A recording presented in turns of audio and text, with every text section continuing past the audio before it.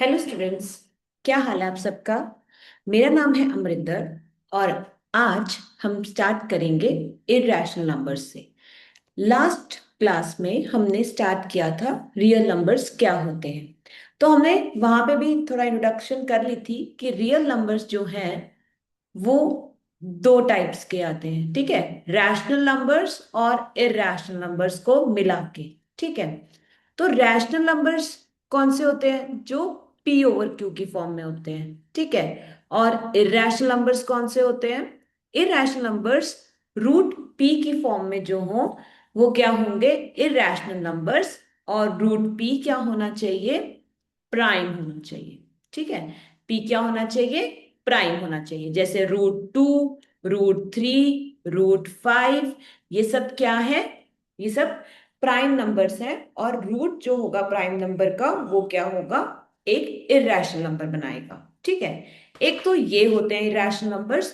दूसरे वो होते हैं जो पी ओवर क्यू की फॉर्म ना लिख सके, जिनको वो हमें क्या कहते हैं? हम उनको उनको भी हम क्या कहते हैं? इरैशनल नंबर्स, ठीक है। सिंपल सी बात है। अगर हमें इरैशनल नंबर्स के बारे में बात करनी हो तो डेसिमल फॉर्म में अगर बात करनी हो तो कौन से हुए? जो एग्जाम्पल लेते हैं 1.412357 6, ठीक है, and so on.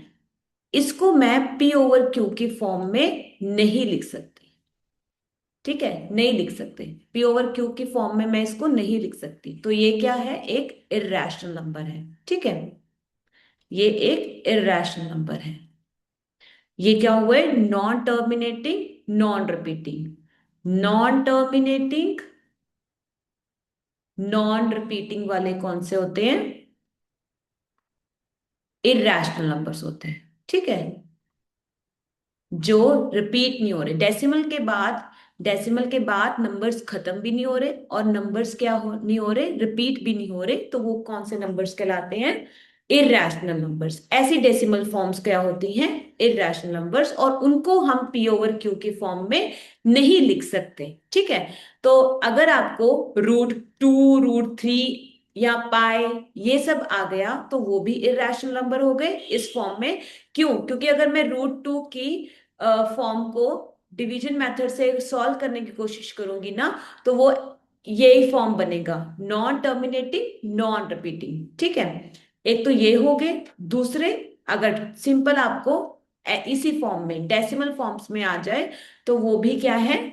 Irrational number, non terminating, non repeating वाले, ठीक है। तो दो टाइप्स के ऐसे नंबर्स आपको पता चल जाएंगे जो इरैशनल नंबर्स होते हैं, ठीक है। एक रूट वाले, और अगर आपको नॉन टर्मिनेटिंग, नॉन रिपीटिंग के फॉर्म में लिखा हो तो भी वो क्या होंगे? इरैशनल नंबर्स होंगे, ठीक है जी। अब अगर आपको इरैशनल नंबर अच्छी तरह समझ में आ गया है तो हम आगे करते हैं। अब हम शो करेंगे कि इरैशनल नंबर प्रूफ कैसे करना है। ओके। तो फॉर एग्जाम्पल, अगर मैंने ये कहा है कि रूट 2 एंड रूट 3 ये सारे क्या हैं? एक इरैशनल नंबर हैं, ठीक है। तो मैं अब इसको प्रूव करने की कोशिश करूंगी। ओके। अब इसको प्रूव करने से पहले हमें एक एग्जाम्पल, ये ये थ्योरम है, ठीक है। ये थ्योरम, इसका हमारे पास प्रूफ नहीं करना, ये प्रूफ में नहीं है, लेकिन इसको थ्योरम को समझ के ही हमारा जो आगे प्रूफ्स हैं वो होंगे। तो ये थ्योरम क्या कहती है? ये थ्योरम कहती है, let P be a prime number if P divides A square. अगर पी ए स्क्वायर को डिवाइड करता है तो पी ए को भी डिवाइड करेगा। Okay. And particularly this is only for a prime number, ठीक है। Let P a prime number if P divides A square then P divides A also. Okay. For example, अगर मैं इसको देखूं, P, for example P को ले लेते हैं हम 3। ओके। और 3 जो है वो 81 को डिवाइड करता है, ठीक है। 3 जो है वो 81 को डिवाइड करता है। और 89, 81 है क्या? 9 का स्क्वायर, है ना।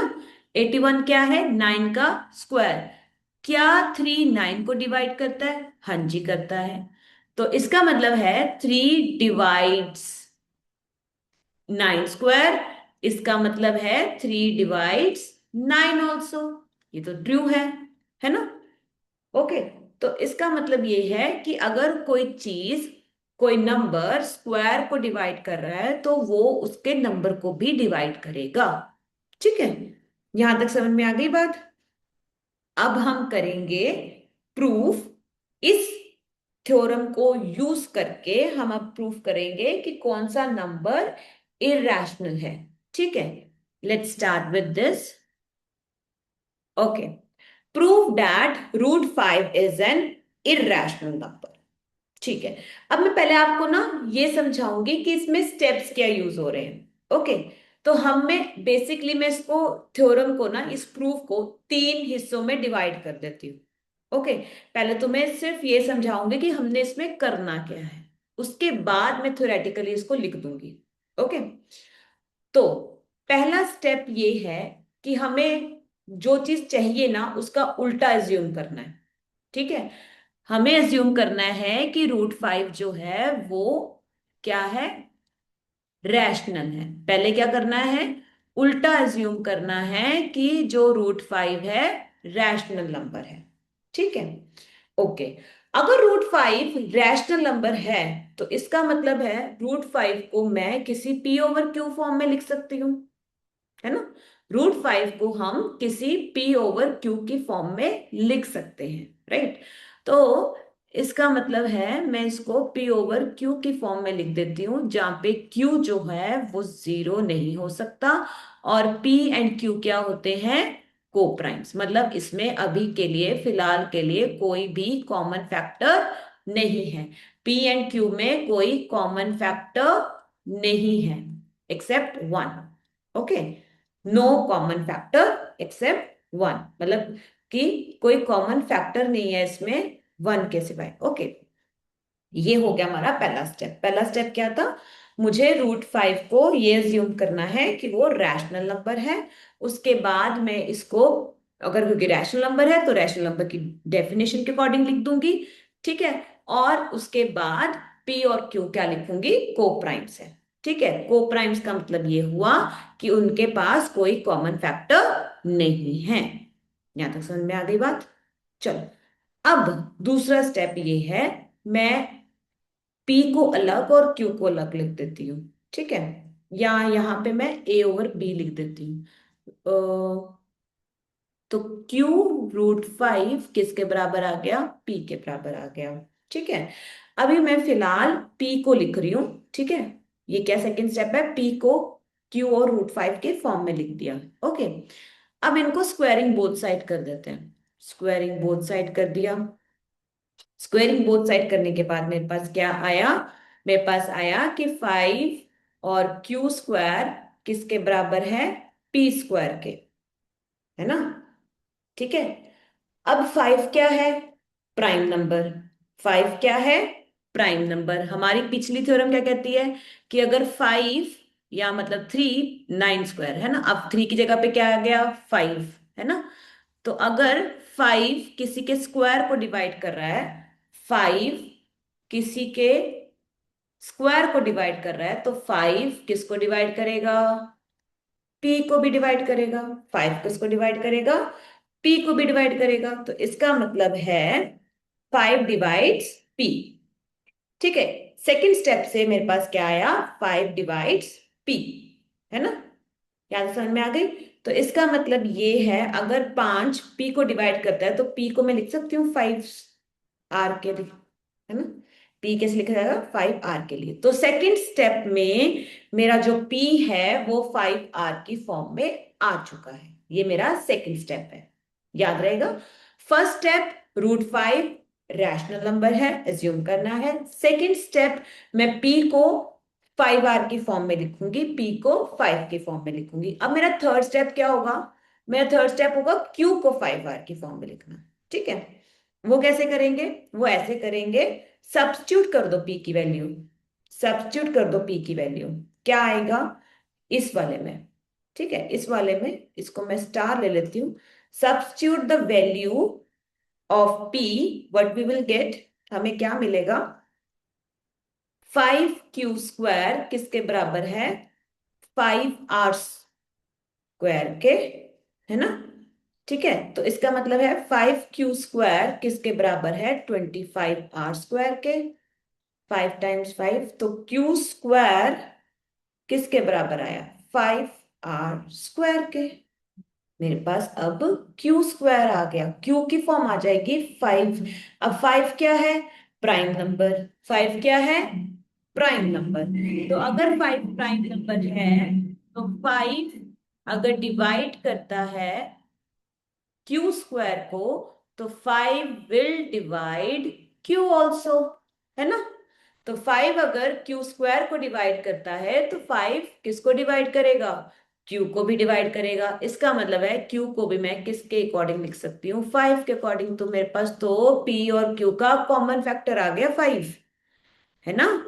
ये तो गलत हो गया, P और Q दोनों ही 5 के मल्टीपल बन रहे हैं, है ना। यहाँ पे भी 5 टाइम्स R आ गया, यहाँ पे भी 5 टाइम्स M आ गया, ये तो गलत हो गया, है ना। ये तो गलत हो गया। इसका मतलब है ये मेरी जो चीज आ रही है वो फर्स्ट स्टेप को कॉन्ट्राडिक्ट कर गई, है ना।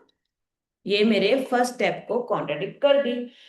तो इससे मुझे पता चलता है कि √5 जो है वो एक इरेशनल नंबर है। क्यों, क्योंकि मेरा फर्स्ट स्टेप तो यही था कि पी और क्यू को प्राइम्स है। अगर पी और क्यू को प्राइम्स है तो कोई कॉमन फैक्टर था नहीं, कॉमन फैक्टर मैंने निकाल दिया 5 है, ये तो गलत हो गया। ठीक है, तो इसका मतलब है हमारी जो पहली एजम्पशन थी √5 रैशनल नंबर है वो गलत है। ठीक है, अब मैं इसको आपको मैथमेटिकली वे में सॉल्व करूंगी। पर अगर आपको जब कभी भी याद करना है ना तो इसको 3 स्टेप में याद करना है कि √5 इज इरेशनल। पहला स्टेप क्या करना है, उल्टा अजम्पशन। दूसरा स्टेप पी को 5 की फॉर्म में। ठीक है, तीसरा स्टेप क्यू को 5 की फॉर्म में लिख दिया, और यहां से हमारे पास कॉन्ट्रडिक्शन आ गई। ठीक है जी, अब हम स्टार्ट करते हैं इसका प्रूफ लिखना। ओके, प्रूफ में अब कुछ रह नहीं गया, सिर्फ ये है कि मैं मैथमेटिकली इसको लिख के दिखा दूंगी। सबसे पहला स्टेप क्या था, लेट, क्या अज्यूम करना है, let assume on contrary √2 √5 is rational. ठीक है, तो इसका मतलब है we can find √5 in which form, R and S form, जहां पे R and S इंटीजर्स हैं और S जो है वो 0 के बराबर नहीं है। ठीक है, तो अब हम सपोज करते हैं, suppose R and S have a common factor, कि इनमें एक कॉमन फैक्टर है।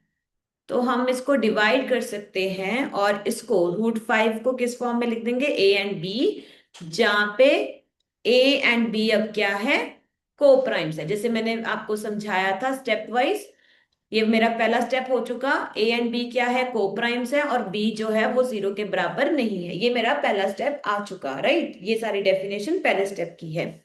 अब मेरा सेकंड स्टेप कहां से शुरू होगा, सेकंड स्टेप शुरू होगा कि √5 टाइम्स बी को मैं ए लिख सकते हैं, है ना। ये भी ऊपर जाएगा, √5b इक्वल्स टू ए। अब क्या करना है, स्क्वायरिंग बोथ साइड्स, हमें क्या मिल जाएगा, 5b² किसके बराबर है, A²।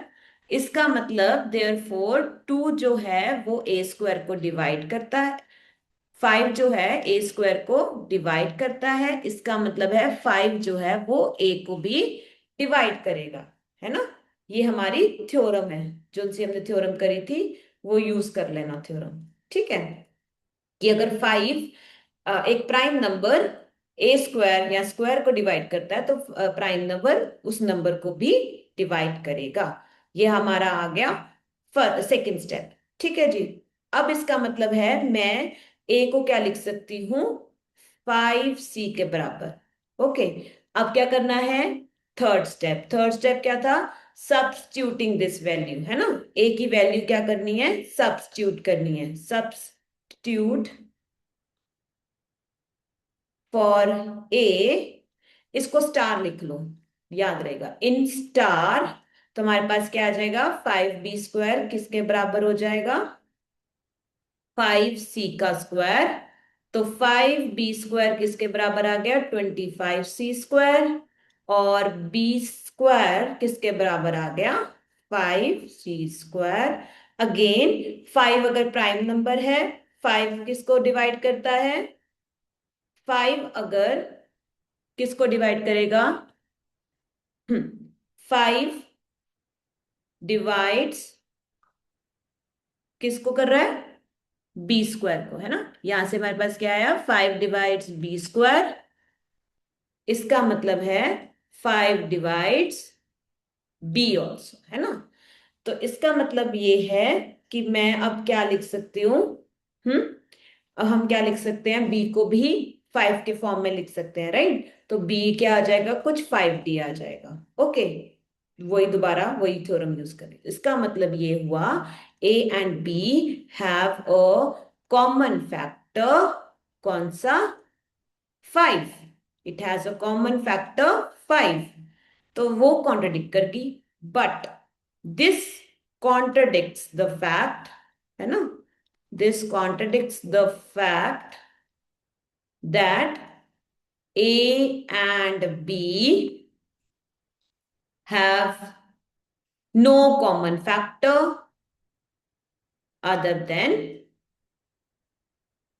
factors other than 1। ठीक है, तो हमारी कॉन्ट्रडिक्शन जो है आ गई है, दिस कॉन्ट्रडिक्ट्स। ठीक है, तो आर अजम्पशन इज रॉन्ग या आर अजम्पशन इज इनकरेक्ट। इसका मतलब ये है √5 इज एन इरेशनल नंबर। ठीक है, समझ में आ गई, याद रहेगा, 3 स्टेप्स, सिर्फ 3 स्टेप में, ये बहुत लेंथी होता है, लेकिन अगर आप इसको ब्रेक कर दो ना, बहुत इजी जाएगा। आपने इसको 3 हिस्सों में डिवाइड कर देना है, पहला प्रूफ गलत, उल्टा अजम्पशन करना है, फिर उसके बाद ए को 5 की फॉर्म में लिख दो, फिर तीसरा स्टेप बी को 5 के फॉर्म में लिख दो, आपके पास दोनों के कॉमन फैक्टर 5 आ जाएगा। वैसे ही सिमिलरली आप उसके लिए भी प्रूफ कर सकते हो, सेम गोज फॉर √2 √3, ठीक है, सेम जाएगा। ओके, अब इस क्वेश्चन से पहले हम एक ये क्वेश्चन आपको समझ में आ गया, इस क्वेश्चन से पहले हमने जब क्लास 9th के कुछ चीजें पढ़ी थी, वो क्या पढ़ी थी, क्लास 9 में हमने सिंपली पढ़ा था कि अगर एक रैशनल नंबर को एक इरैशनल नंबर से प्लस या माइनस करो तो उसको हम क्या कहते हैं, इरैशनल कहते हैं, है ना। और अगर एक रैशनल को एक इरैशनल से मल्टीप्लाई या डिवाइड करते हैं तो वो भी क्या बना के देगा मुझे, इरैशनल नंबर, है ना। ये सारी चीजें हमने पहले पढ़ चुकी हैं, है ना, ये सिर्फ सिंपली हम बोलते थे, अब हमें इसको प्रूव करना आ गया, क्योंकि हमें पता चल गया कि रूट जो है वो क्या है, इरैशनल नंबर है ना। अब इसको प्रूव करने का क्या तरीका है, सिंपल, वैसे ही जैसे हमने पहले किया था, लेट अज्यूम कि 3 + 2 √5 एक रैशनल नंबर है। ठीक है, अगर ये एक रैशनल नंबर है तो हम इसको 3 + 2 √5 को किससे लिख सकते हैं, a/b फॉर्म में, है ना, जहां पे a एंड b क्या है, कोप्राइम्स, और जो b है वो 0 के बराबर नहीं हो सकता। ठीक है, अब हम क्या करेंगे, रूट वाले नंबर को एक जगह लिख दो लेफ्ट हैंड साइड में, बाकी सबको राइट हैंड साइड में, तो ये क्या आ जाएगा, 2 √5 को a/b -3, यहाँ पे प्लस हो रहा था, राइट हैंड साइड जाके -3, यहाँ पे 2 मल्टीप्लाई हो रहा है, उधर जाके क्या हो जाएगा, डिवाइड, सारी नंबर से ab -3।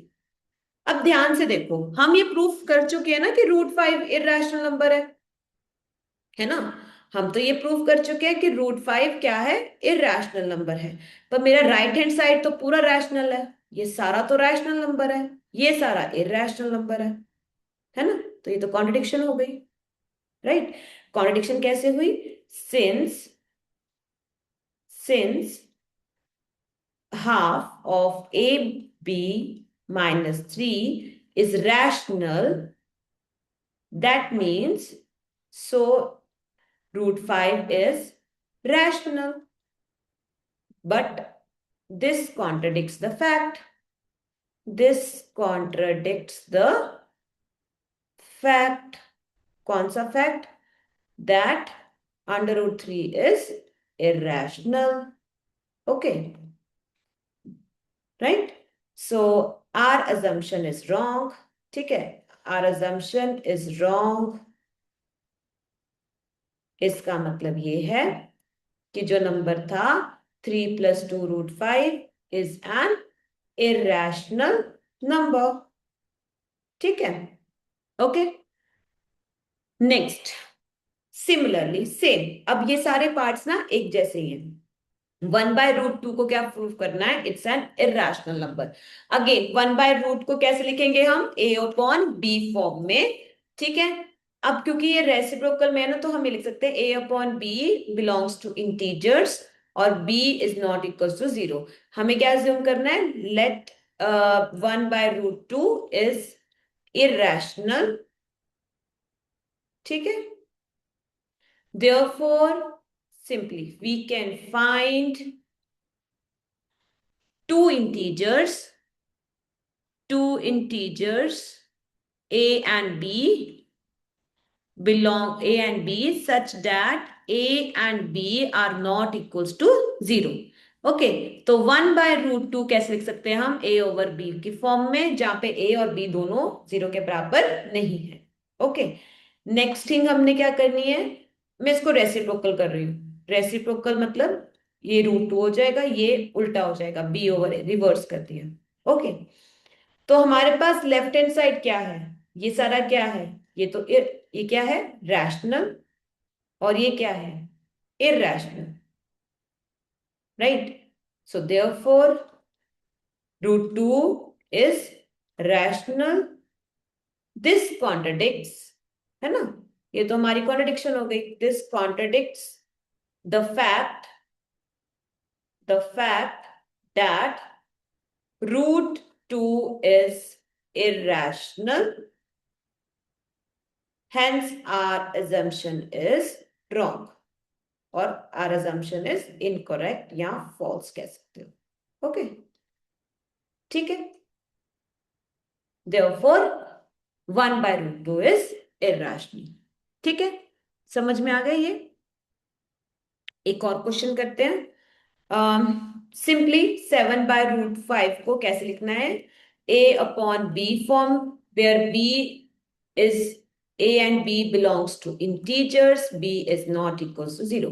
Let 7/√5 is rational, so we can find number A and B such that 7/√5 can be written as A/B। ये सारा कुछ बोल देना है, ठीक है? उसके बाद फिर से √5 कैसे लिख सकते हैं हम? A/7B। तो लेफ्ट हैंड साइड क्या है? ये इरेशनल है, राइट हैंड साइड क्या है? रैशनल है, तो कॉन्ट्रडिक्शन हो गई ना। तो यहाँ पे क्या आ गया? क्योंकि A/7B is a rational number, so therefore √5 is a rational number। This contradicts the fact, ये कॉन्ट्रडिक्ट कर रहा है हमारे फैक्ट को। contradicts the fact that √2 is irrational number, hence our assumption is false,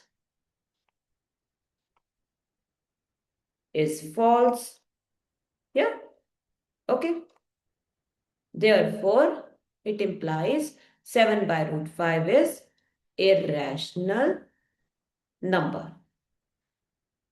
easy topic था, है ना? आपको सिर्फ इस एक्सरसाइज में जो मेन इंपॉर्टेंट क्वेश्चन है वो यही है। आपको जो सा ये करना है कि √5 क्या है? एक इरेशनल नंबर है, ठीक है?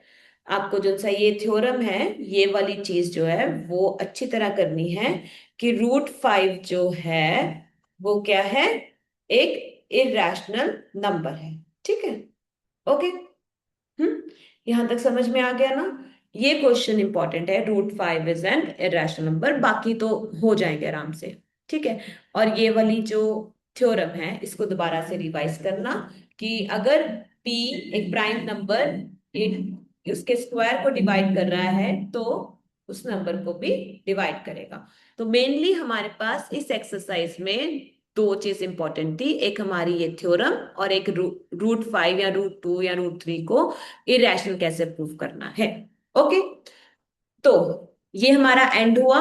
एक लास्ट क्वेश्चन जो रहता है इसका, ये वाला। ठीक है, ये अपने आप ट्राई करके देखना, और ट्राई करके मुझे कमेंट सेक्शन में जरूर लिखना। डन। ओके, ठीक है। नेक्स्ट चैप्टर हम करेंगे नेक्स्ट क्लास में, तब तक के लिए bye, take care, keep revising, thank you तो